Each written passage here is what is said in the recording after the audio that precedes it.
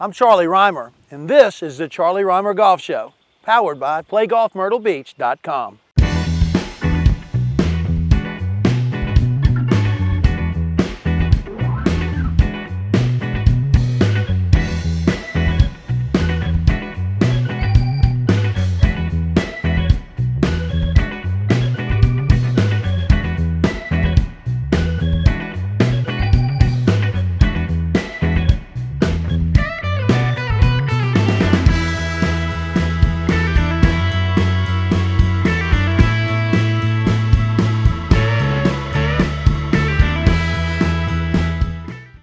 All right, folks, welcome in once again to the Charlie Rymer Golf Show, and I'm thrilled to have a longtime good friend, Coach Jim Donnan. Coach Donnan's a member of the College Football Hall of Fame. We're going to get in his coaching career here in a little bit, but Coach was born in South Carolina, grew up in North Carolina, played quarterback at NC State. 1967, he was the MVP in the Liberty Bowl, also ACC Player of the Year that year.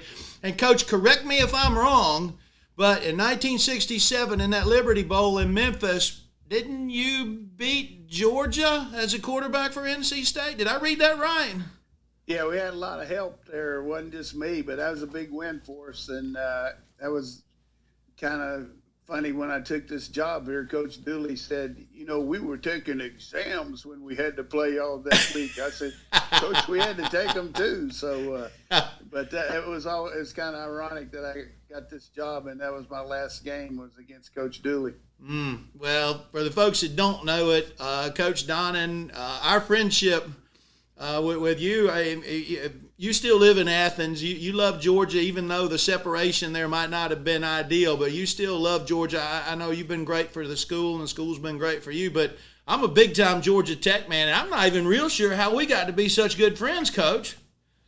Yeah, I tell you, it was kind of ironic. Of course, I got some good friends from Tech, but not any better than you, but certainly like Bobby Crimmins, a lot of people, but we were introduced out there at the Athens Country Club, and I don't think people realize how good Charlie was in golf. I played with him one time out there, and for some reason he didn't make a birdie on 2 holes, but he made birdies on 7 out of 9. And I knew I wanted him to be my teacher from that point on and my partner. But and then I got to know your family well, and then certainly Charlie Duke, watching him play golf, and then watching Hayden play football and being involved with him, trying to coach him a little bit.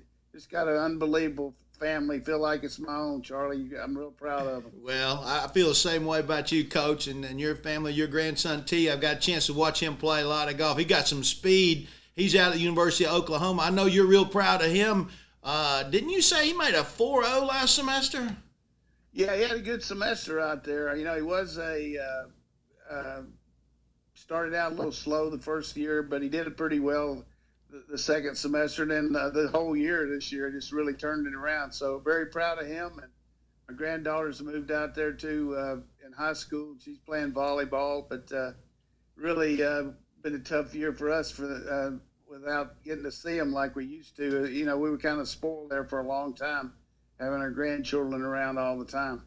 Yeah, they kids and grandkids, they move away. You certainly got to enjoy the time you got with them. And Coach, you mentioned Oklahoma. I'd like to talk to you a little bit about Oklahoma and looking at your career. You were assistant at Kansas State, Missouri, FSU. You were the offensive coordinator at Oklahoma under Coach Switzer. Y'all won a national title one of the seasons that you were out there, and you ran that wishbone, that legendary wishbone. It put up all those amazing numbers, and you were the offensive guru in that time frame. What do you remember about those years? How dominant you guys were running that wishbone?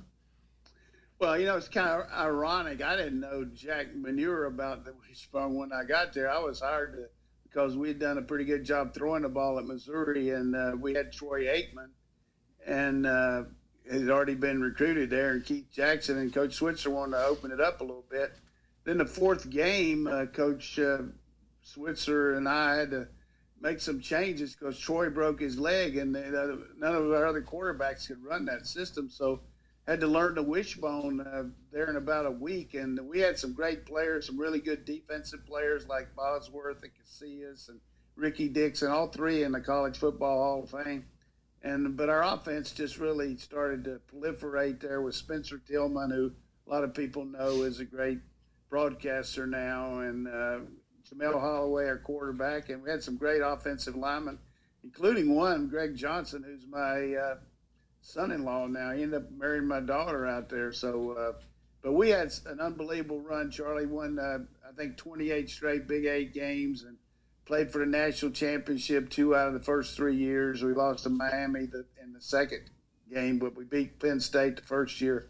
It really had a tremendous run, and it was one of the real thrills of my life to be able to coach at Oklahoma under Coach Switzer. He's just an unbelievable guy. Does so much for people that people don't have any idea what a genuine person he was. Coach, those years when you were working as assistant at those big schools, when you look back at some of the other assistants that you were with, I mean, you're talking about legendary people in the game. Now, there were some big names that you were coaching with as an assistant. Will you walk us through a couple of those?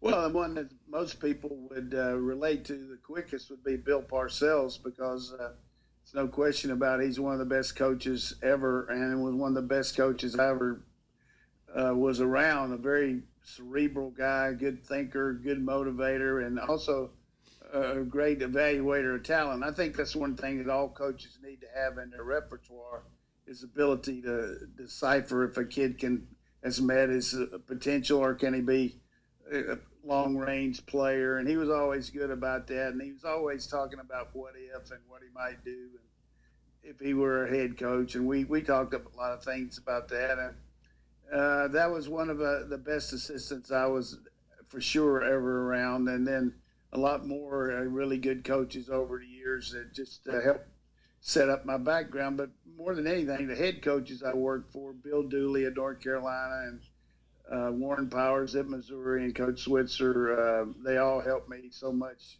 build my background. That helped me as a head coach.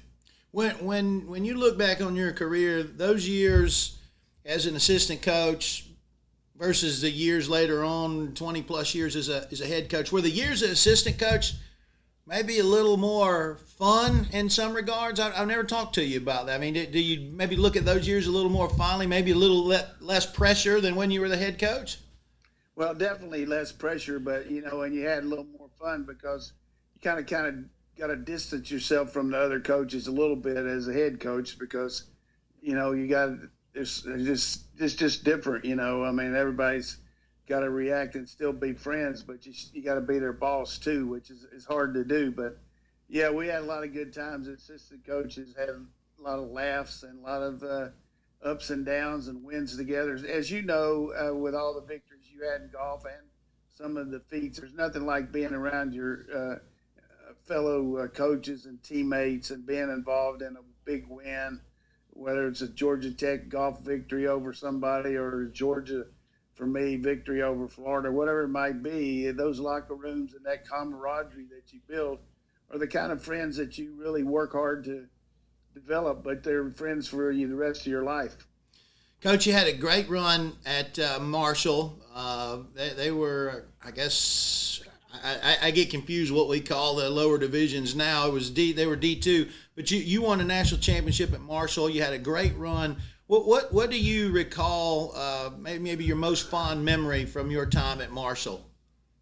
There's so many memories there, Charlie, and they're all so good. But the biggest thing there was just the fact, as everybody that's sports oriented is watching this podcast, Marshall lost their whole team in 1971 to a horrific plane crash, and just had to start over there with everything, not only their football program, but pretty much their athletic program. Lost so many people involved, and it was just part of the fabric of that community, the fact that you were able to come back like that and build that program back up. And certainly some teams prior to my getting there helped it, but we were able to kind of bridge that gap and put ourselves on a national map. And between our teams and the one that followed us with Coach Pruitt during the 90s, put a little feather in our cap, we won more games than any team in college football, Division I or 1AA.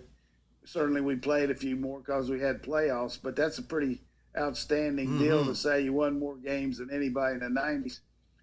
But the overview there for me was just being able to come in there, build a new stadium, kind of build my own platform there as an assistant coach, now head coach, and take our team right into national prominence. I mean, I remember one of the first things the kids asked me when I got there, Coach, can we get some Nike shoes? And I said, come on. I said, what are you talking about? They said, we just never been able to get, our budget. The kids started talking about, we can't afford them. So I called up one of the guys that I dealt with in Oklahoma. I said, can we get a deal on shoes? He said, we don't give them to 1AA. He said, but I tell you what we can do. We can give you some of our shoes that we're getting ready to throw away that are new, and we'll just give you some paint. And if it's an orange swoosh, you can paint the green over. If it's a red one, you can paint the green. So all of a sudden, we went from having no Nike shoes to they delivered 700 pairs there to our athletic department. And myself and the coaches and the managers, we painted them. And some of them didn't look that great where we painted over them. But those kids, it was like a kid in the candy shop having those shoes. They had 2 pairs of practice shoes and 2 game shoes. And they thought they were dying and gone to heaven. Well, Coach, when you got the nod at Georgia, you certainly didn't have to paint any secondhand shoes when you got there, for sure. Right. It was very fortunate for me. I had some offers over the years, but Marshall was doing so well, and we had such a good team. Actually, they didn't lose a game for 2 years after we left. So we left some really good players there, and Chad Pennington, some people that people remember. Randy Moss was getting recruited the year that I left, and they had a tremendous team, and Coach Pruitt did a good job. But I was able to get the Georgia job, and we came in at a tough time, though. Getting ready to be put on probation. Ray Goff left us some good players, but also we were playing against Tech with their zenith. As you know, Coach O'Leary is doing a good job. They won the ACC. Tennessee and Florida both won a national championship while I was here. So we didn't have anybody where we were coming in and just running roughshod. We had to build this back up, and we did. We were in the top 15 for 4 straight years, but my main nemesis, we didn't beat the teams we had to beat. And, I turned down some good jobs to stay here. And unfortunately, the president decided that with 3 years left on my contract that he wanted to make a move. And I will tell you this, if you're going to get fired, the best way to get fired is with 3 years left on the contract. So I was set there, but I was definitely thrown back there. And Coach Rick came in and did a really good job. And I was happy for the guys that we had built up. Was we left them some good players, and they did a good job with them. Well, you finished there at Georgia 40-19. You were the first head football coach at Georgia to win 4 consecutive bowl games. So your record at Georgia was really strong. Tell me about taking a team into Knoxville and going up against Peyton Manning. Do you maybe even something specific you remember from a certain game about going up there and playing Tennessee? Well, the one thing I know, the reason Peyton Manning came back for his senior year is he wanted to play against me one more time because we couldn't stop him. I mean, we had a hard time with him. I mean, 96, we did fairly well, but 97, he just torched us up there and was one of our only conference losses, along with the loss we had later in the year to Auburn. But we were 10-2 that year. But Peyton was just a fantastic quarterback, very smart, cerebral, but he had a good supporting cast. And, I've seen him a few years. One time I remember seeing him at the Masters when he was talking to you there under that big tree. And we started talking, and I knew that you were pretty much glued in when you could be standing there talking to Peyton Manning among the other people you always go around. But Peyton gave me a little love there in front of you, talking about what a good program we'd built. But I was always, for your fans out there, I was always amazed when I would go to the Masters because Charlie would ask to show me around a little bit. And just the camaraderie that you had with so many golfers and the respect that they have for you, Charlie. I'm not going to pull your chain, but really, you can see that you certainly got your niche in the golf world, and that was impressive to see the way these players responded to you, and they can open up to you because they trust you. Well, Coach, I appreciate that. You mentioned Peyton Manning. In fact, my dad is an alum of University of Tennessee. He'll see Peyton Manning today. Golf course, I'm fortunate to be a member at the honors course in Chattanooga. Peyton's a member there too. And he's got the whole coaching staff down from the football team at the University of Tennessee today, spending some time with them and some key alums. And that's one of the things that's been really neat to see about Peyton is he's gone back and supported the University of Tennessee in a big way. I've been through their locker room there that he funded the in-stadium locker room. Oh, my goodness, that's a nice place. But he is amazing. Good ambassador for the program. And and from the same standpoint, there's so many of them here that I coach, like Hines Ward and Robert Edwards and Richard Seymour and Champ Bailey for sure just got in the Pro Hall of Fame, have come back to Georgia. And part of the reason is the guy they played with is now the head coach, and one of the guys that I coach, Kirby Smart. And Kirby and Peyton got a good relationship. They both played against each other and have a lot of respect for each other. Coach, I'll tell you this about Peyton. It's been several years ago, but we had a couple of military members in a recruiting center near Chattanooga that were murdered. It was a terrorism attack. And a couple of weeks after that, I reached out to Peyton and I said, let's do a fundraiser for the families of these victims. And it never got out in the news, wasn't even public. He'd already seen to it the $2.5 million we're putting a fund for those families very quietly. And it wasn't a PR play. But that's the thing that impressed me most about Peyton. He's a lot of fun to be around, but boy, does he give back. And the whole family is that way too. So. Yeah, you're right about the family too. I mean, Archie Manning, you talked about me being in the Hall of Fame. You talk about the guy's the president of the National Football Foundation. He's one of the most respected guys in all of football. And Archie's got a grandson now that's Cooper's son that's going to be a quarterback down there in Tulane, down in New Orleans.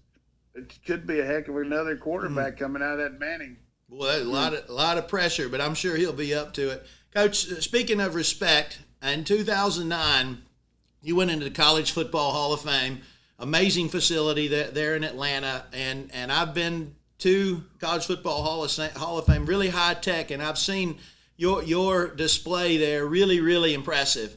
What did it mean to you to get put into the College Football Hall of Fame? Well, when I got in, it was out in South Bend, and then they moved it to that beautiful facility there in Atlanta. But just ultimate for me, I'm not into a lot of this individual stuff, but, going out like I did, not finishing like I wanted to in my career was kind of a downer. And I, decided not to get back into coaching, although I had a few shots at some other places. But all of a sudden, to get that kind of recognition, there's less than 250 coaches in the Hall of Fame. So I was very honored for myself, but also my fellow coaches, all the players that played for me as an assistant coach, as a head coach, and for my family. It was just one of the best family deals I've ever been to, because ironically, the same time that I got in, Troy Aikman got in, who was a big part of our success at Oklahoma, and then he left because we switched from the wishbone, but spent some time with him out there and the other people. It was just a weekend I'll never remember. And then every year, my wife's been sick for the last couple of years, but every year to go up to New York and kind of intermingle with all those guys. And I remember the first time they introduced all of us there, when you have the meeting there in New York at the Waldorf. They introduce you, and the crowd just recognizes you. It's not like any speeches or anything, but everybody that's there gets recognized. And the guy before me they introduced was Barry Switzer, and then it was me, and the guy after me was Tom Osborne. Wow. So they said, oh, who's that guy in the middle, really? But those guys, there's just so many great people in it. And I feel like we had a good run, particularly at Marshall, playing for winning on that kind of level. You know, we lost a few games there to one A teams, but not many to one double A. Yeah, what a well-deserved honor, Coach. All right, let's talk just a little bit of golf. You love golf, and you're a knowledgeable golfer and a golf fan. But I got to tell you, Coach, I'm pretty sure you hadn't set any course records, right? No, I mean I've had a chance to do a few, and I was getting pretty good there till my wife got sick. And but you know, when I play out of my mind, you know, I mean I'm about a 9 to 10 handicap. That's the only way to talk about it. But our course, I know the course just like you did. I know the greens, and I can make a lot of putts. But definitely, I love golf. I love all the people I've been involved with it. One of the things that was really one of the most rewarding things to me after coaching was to get in a Coaches versus Cancer, where we go out and play these outings. And your good friend Mike Young got me involved with it with a lot of the basketball coaches. And then we got some of the football coaches like myself and Coach Beamer from Virginia Tech and Coach Spurrier and some other guys. And you get 3 other players to go with you, and then you sponsor a team, and we raise a lot of money for cancer. But that was just a tremendous thrill to go around and play some of these courses around the country, like East Lake and just some really good Pinehurst, and just have a lot of fun with it. And then another good friend of mine I met in during the football games for us when he was early in his career was Lance Barrow, who I stay in touch with. I don't get to see him much, but you know, he's executive producer for all the golf for CBS, and friend of yours for sure, but just a classy guy, and get a chance to talk to him and Jim Nance sometime. But a lot of good guys involved with golf, that's for sure. Wouldn't you say when throughout your career, or if we've got some younger coaches watching this, getting young athletes involved in golf, because they can pick it up a lot easier than maybe the non-athletes, isn't it something you would recommend to young coaches, getting them away, but really something they can pursue for a lifetime and make unbelievable contacts? Absolutely. You know, when my son who was a great quarterback for me at Marshall, I told him, he played tennis in high school just like I did, and I said, look, you need, if any way as good an athlete as you are, you need to start playing some golf, because it's a great mixer for you, and your wherever you end up doing, being a professional, whatever you get into as far as life. And he's in the insurance business now, but he's met a lot of people on the golf course and dealt with it. And the thing that I like about golf or tennis or an individual sport, even though you're on a team a little bit with your fellow, if you're in a high school or college team, is you're out there by yourself, and you're learning to learn how to deal with some adversity and some success. But, you know, how you handle the pressure, but it doesn't necessarily have to be pressure. You can enjoy it like you're talking about.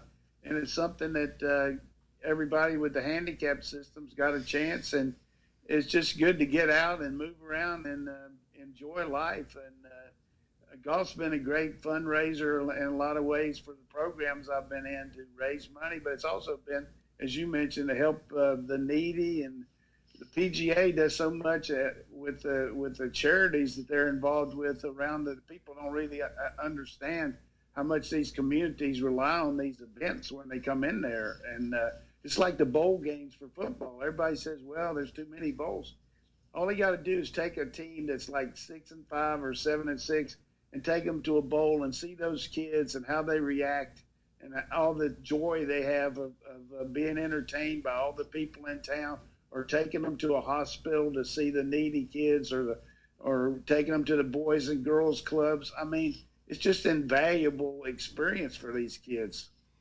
Post-coaching, you've done a ton of TV, whether as a studio analyst, whether working on play-by-play, as analyst. You've done a lot of radio, a lot of podcasts. I know you've been on Feinbaum a lot, and I've been on Feinbaum one time. Man, what a character he is! He's so good for the college football. But you've got great media experience. Where can we see or hear you right now? Are you still active, and or do you plan to once we finally get to football season this year? Yeah, one of the things that I did after after I got out of coaching, I tried to get some media skills, and they trained me and did a good job at ESPN. But the travel was just too much for me. It got to a point where it was just going too much. So I wanted to play some golf and tennis too. So I've just done, particularly since Kirby has entered the picture here, because I really support him any way I can. So I do some local radio, which is basically a call-in type show where the people call in, and I try to tell them why we did things and why we didn't, and really do all I can to promote Kirby. And then I'm involved in a few podcasts where we actually on Facebook, or excuse me, we're on Facebook and YouTube channel. So UGA Sports, and people can go on there and see that and watch our podcasts. That's pretty odd for an actual expert to be on local radio. That doesn't happen very much, especially in the SEC, right?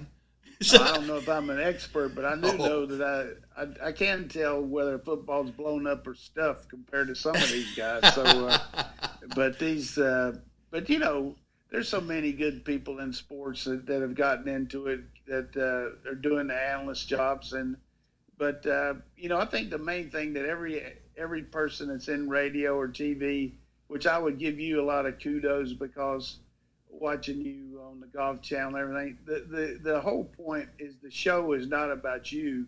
It's about what you're talking about the other people, the sporting events that so many guys' egos get in the way, and they were too involved in trying to talk about themselves, instead of, like, a guy starts asking questions to a golfer, and I can't figure out if he played or the guy that he's interviewing played, So, I mean, hey, get the person talking that you're interviewing. That's the whole idea. Well, Coach, really appreciate your time, and always great catching up with you, and my best to your family. Well, I appreciate it, and I hope that the golfers out there enjoyed listening to the old coach. But I do feel like this is a good situation for you, Charlie, because it really reflects on your own career. How many people, for you to get Jack Nicklaus on here in a New York Minute like that, pretty much it gives everybody an idea the respect that you've got, not only in golf, but in all realms of life. And people don't change. And Charlie Rymer is definitely kind of guy anybody'd like to have interviewing him or come eat dinner with him. And as long as you got enough food, that'll be the Coach, you're the best. I appreciate it. Appreciate you pumping me up. And I'm thrilled to be here in Myrtle Beach. Everybody's been kind to me down here. The only thing that hadn't been kind to me in Myrtle Beach is the scale. We got some good eating down here. Okay, good. Get some of that fried food down there, Charlie. We got it. See you, Coach. Thank you. Thanks for joining us. I'm Charlie Rymer. We'll see you next time on the Charlie Rymer Golf Show, powered by PlayGolfMyrtleBeach.com.